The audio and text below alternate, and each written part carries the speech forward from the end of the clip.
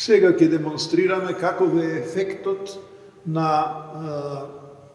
моларната маса на различни гасови врз бојата на гласот, или ако сакате поинаку, врз фреквенцијата на гласот.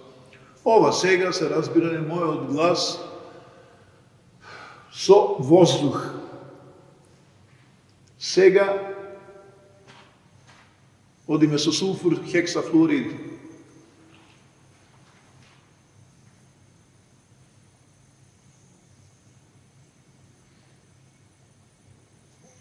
И сега демонстрираме како изгледа бојата на гласот Во атмосфера на сулфур хексафлорид.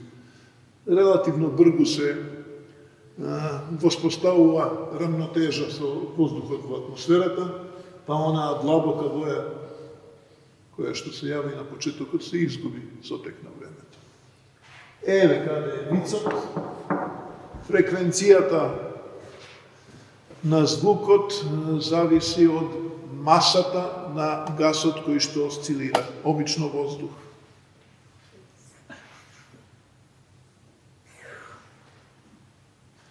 Еве се изнадишав хелиум и се јава как звучи мојот глас.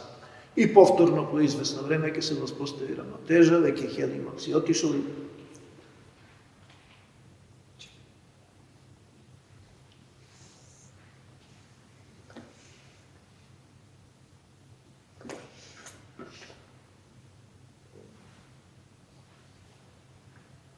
И повторно со хелиум, дали сега звучи убаво мојот глас?